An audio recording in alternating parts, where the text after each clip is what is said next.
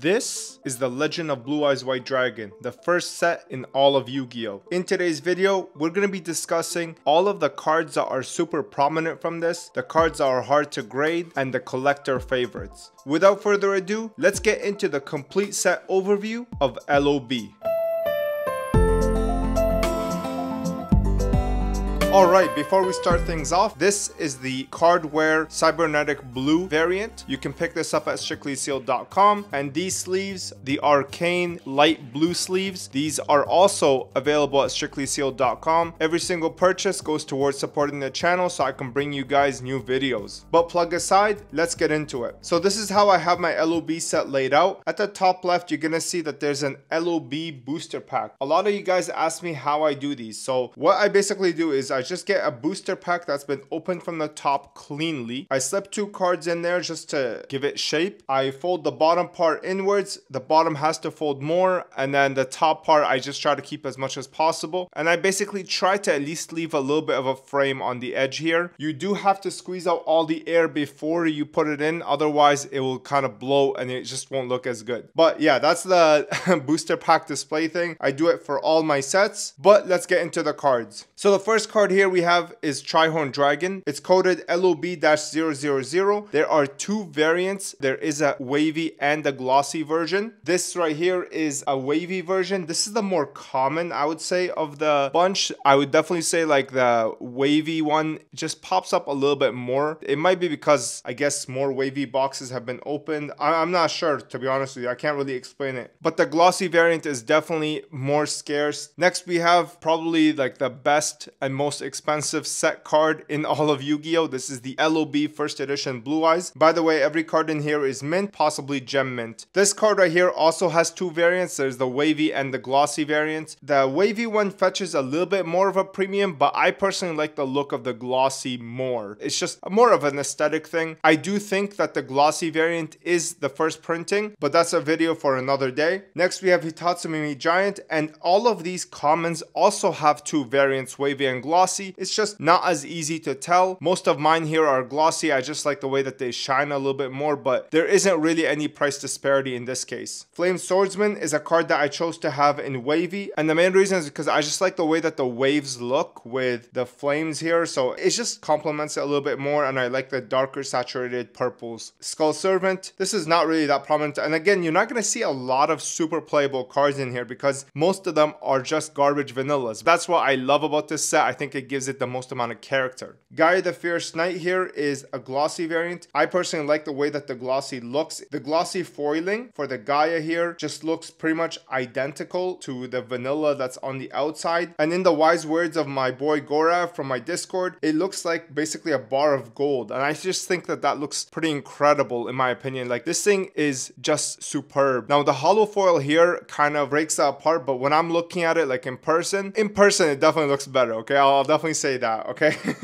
For wavy, you don't get the same level of effect, but it is more favored. I do think more people want wavy variant of this than they do glossy, and I don't agree with the collector majority, but I mean, this is a collector overview, so I have to give you guys both perspectives. Dark Magician here is a wavy copy, and this one is like a super dark saturated wavy variant, so I really like that. Celtic Guardian here is wavy, and again, none of these cards are even remotely close to playable. I mean, the closest thing is maybe Skull Servant.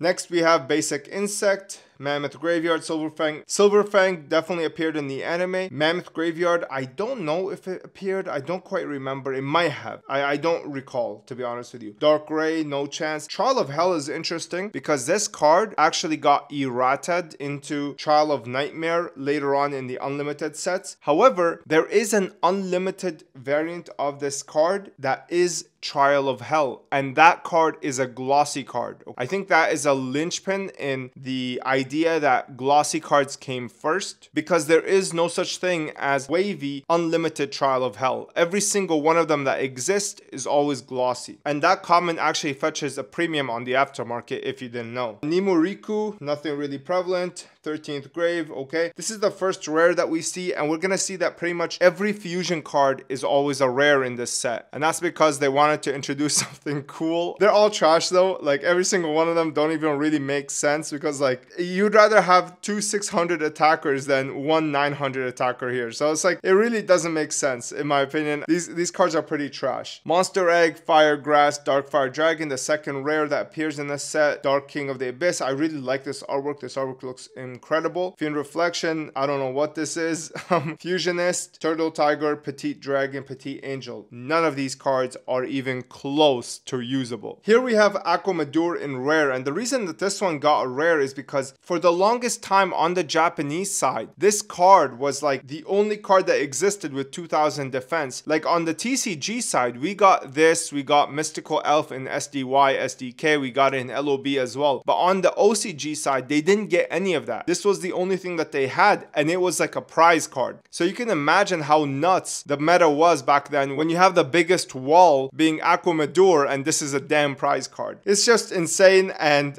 I guess this is why they gave it here the rare treatment. I would have loved for this to be an ultra rare. I think that would have been pretty badass, but it is what it is. Kagemusha of the blue frame, meh. Flame Ghost, Two Mouth Dark Ruler. This looks very similar to Twin-Headed Thunder Dragon. Dissolve Rock, Root Water, the Furious Sea King, Green Phantom King, Ray and Temperature, Fog King, Mystical Sheep. A lot of these are volume 1 to volume 7 cards. That's why they're pretty much garbage vanillas. Masaki, Kurama, and then we get to what's called the short prints. Short prints means they're not popping up too often when you open up the sets. If you rip open a box, you're gonna get way more of these guys than you will of these. So we have Legendary Sword, Beast Fang, Violet Crystal, and Book of Secret Arts. Beast Fang was really popular to pair up with Silver Fang to get you a 1500 attacker, which was really strong on the OCG side. The rest of these are not really that important. There wasn't really any strong warrior types that would be able to get over a 1500 beater. Power of Kaishin is a super short print. This means that you get one of these in a box. This is really important because if you look on the aftermarket, this fetches like $20, $25, and that's because there's just a lot less of them. Dragon Capture Jar, meh. Forest, Wasteland, Mountain, Sogen, Yumi, and Yami. These are the first field spell cards. What's really cool about these is that in the volume 1 series, they never had field centers, so it's just said that these stay on the field. Next, we have the super rare Dark Hole. This is a super powerful card, and this is where most of the power of LOB comes from. It comes from Dark Hole, Raigeki, Trap Hole, Fissure. Like all of these cards are pretty much banned. I mean, not Trap Hole and Fissure. These are not banned, but I mean, Raigeki and Dark Hole, they're definitely banned for GOAT format. They do come off the ban list later on because they lose power, but imagine, you know, destroy all monsters on your opponent's side of the field. It doesn't matter about face up, face down, nothing. Just destroy everything. And what's really cool is that Raigeki just got an alternate artwork that shows us where the lightning bolt is coming from, and it's actually Slifer striking down. Super badass in my opinion. Red Medicine, meh. Sparks meh, Hinotama meh. These are like the first inception of burn decks. Fissure, really important back in the day. Trap Hole, decently important back in the day. It definitely loses a lot of spunk later on to like bottomless and stuff like that, but back then it was definitely cool. Polymerization, this is a meh card. I do wish that we got the anime artwork here instead of this one. I just really like the way that the anime art looks compared to this. Remove Trap is nothing.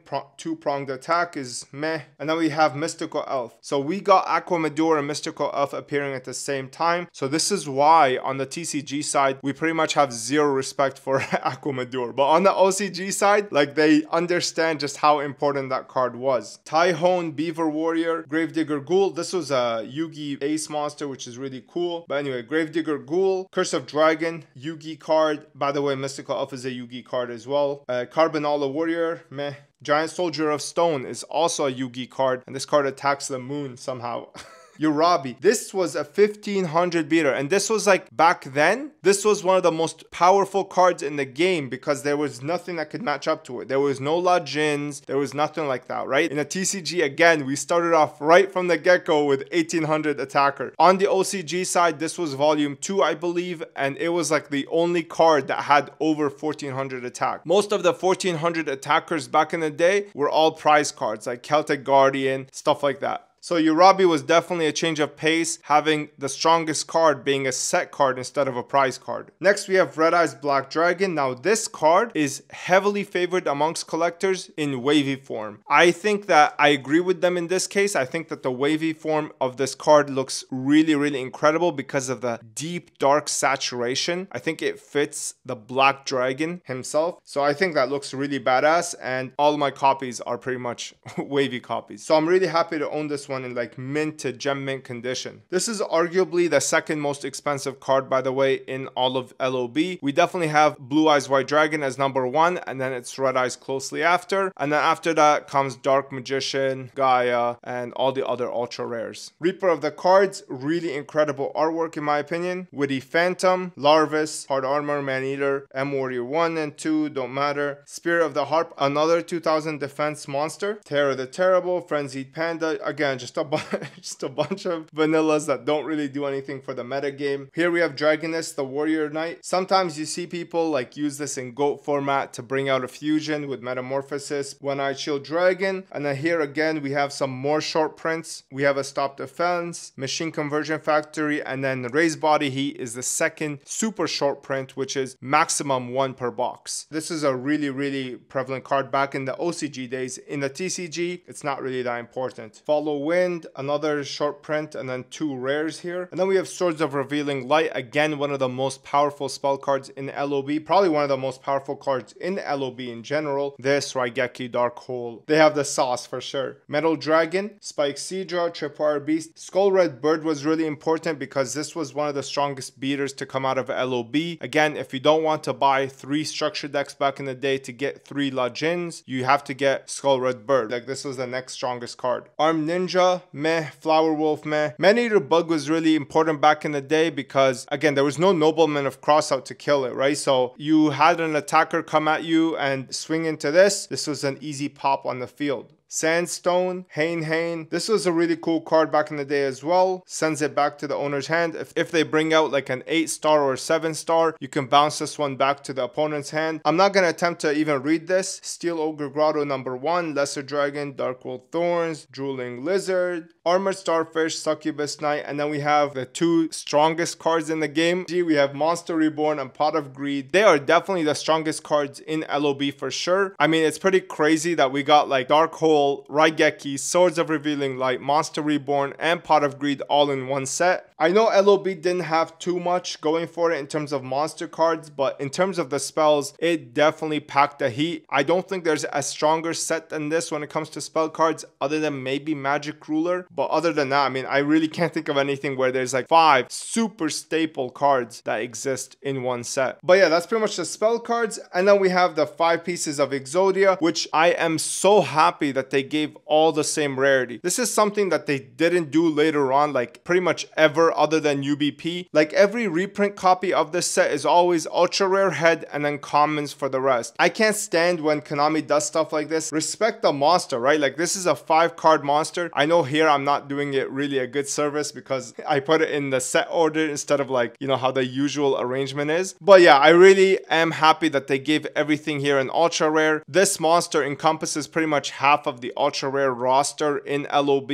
which is really nice. And having looked at this now, I definitely don't think that there's anything that they could have removed to put Aquamadur in as an ultra rare. So I'm really glad that they stuck with the roster that they chose. I think they chose pretty much everything perfectly. Maybe Pot of Greed could have been an ultra rare. And then last but not least, we have Guy the Dragon Champion. This card exists pretty much only in glossy. There is like 1 or 2 first edition wavy copies that have surfaced, but it is pretty much like extinct. But I think most people have accepted that this is a glossy only card, and I think most people are okay with that. And by the way, in terms of like the wavy and glossy dynamic for Exodia, a lot of people like the wavy look because it's very rustic. It looks very old and prehistoric, but I really like the way that the ultra rare looks on glossy here, and the fact that the glossy tint is pretty much the same on all of them makes it a perfect match, versus where in the wavy aspect you have super dark wavy, you have really light wavy, faded wavy. So I really like the glossy overall. Monster Reborn, some people like wavy, some people like glossy. I personally like glossy for this. I've seen people like wavy as well. I own a copy of both anyway. But that's pretty much Legend of Blue Eyes. What do you guys think about this set? Is this the set set to collect. I know that everybody that comes back into the hobby usually tries to go for this. The commons here are the hardest to find out of any commons in all of Yu-Gi-Oh! The set itself is probably like the most expensive to complete simply because of this guy right here. This boss monster is definitely a beast in himself. You're gonna be talking like $2,000 to get like a near mint LP copy for this. This is like 400 bucks. This is around $1,000. This is around 200 bucks. In terms of the commons, they're ranging around 5 to 10 bucks a piece. Rares sometimes go for like $15 to $20. The most expensive rare is by far Pot of Greed, and that one goes for around 50 to 60. Trap Hole is the cheapest super rare out of everything that exists in LOB,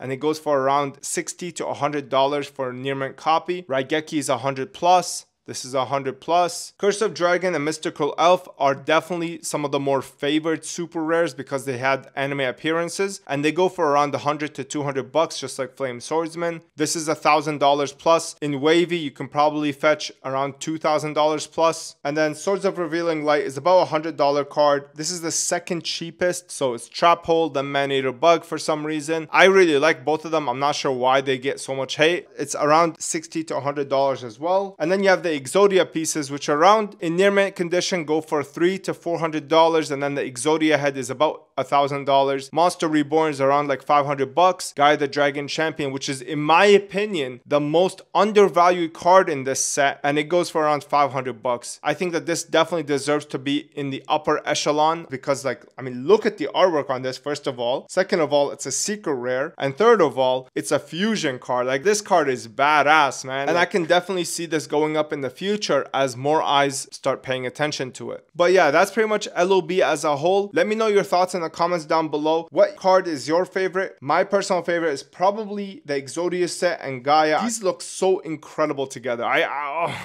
They make such an amazing display. I absolutely love them. And in terms of the card that I play the most, it is by far Pot of Greed in GOAT format. This card is such a sight for sore eyes when you top deck it. It is like game changer.